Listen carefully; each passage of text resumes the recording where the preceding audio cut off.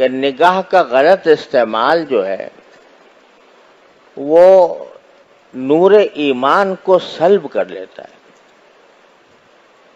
اللہ بچائے. ایمان کا ایک نور ہوتا ہے، عمل صالح کا ایک نور ہوتا ہے، اللہ جل جلالہ کے قرب کا ایک نور ہوتا ہے. اور نبی کریم سرورت عالم صلی اللہ علیہ وسلم نے دعا مانگی ہے اس نور کی.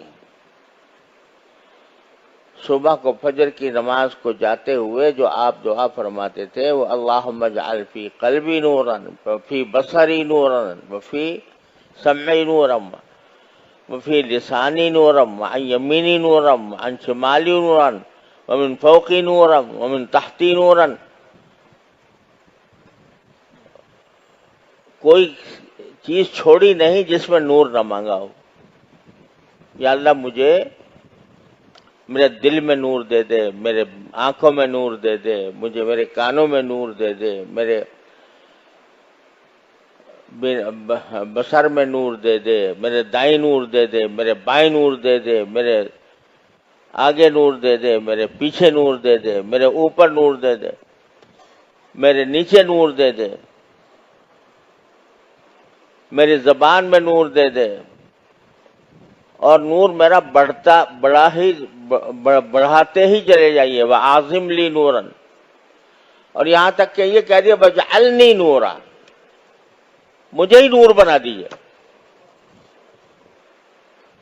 کیا ہے یہ؟ یہ نور مانگ رہے ہیں نبی کریم سرورت عالم صلی اللہ علیہ وسلم. یہ کاہے کا نور؟ ایمان کا نور، تصدیق کا نور، قرب الہی کا نور، تعلق مع اللہ کا نور.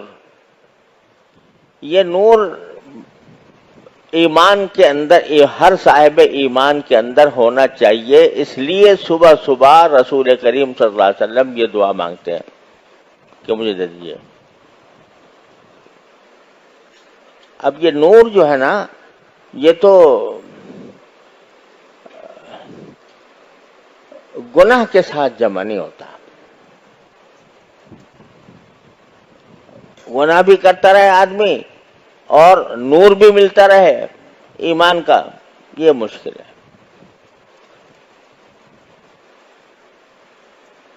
حضرت امام شافعی کا کہ شعر مشہور ہے کہ کسی نے شاگرد نے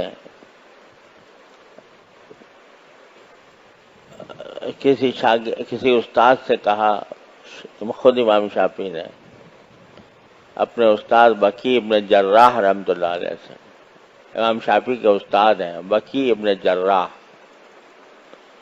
اور وہ امام ابو حنیفہ کے شاگرد ہیں. تو ان سے کہا کہ مجھے کچھ حافظے کی تقویت کا کوئی ذریعہ بتا دیجیے، کیونکہ مجھے بہت سی باتیں پڑھتا ہوں یاد نہیں رہتی. تو کہتے ہیں خود امام شافعی شعر میں کہ شکوت الی بقیع سوء حفظی فاوصانی الی ترک المعاصی. جب میں نے کہا میرا حافظہ کمزور ہے تو حضرت بکی نے جواب میں کہا کہ گناہ چھوڑ دو تو حافظہ کبھی ہو جائے گا.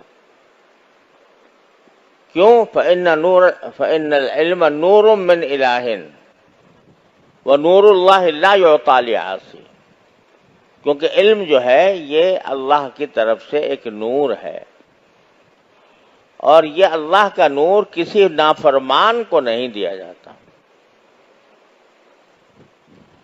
تو معلوم ہوا کہ گناہ جو ہے وہ انسان کے دل سے ایمان کے نور کو سلب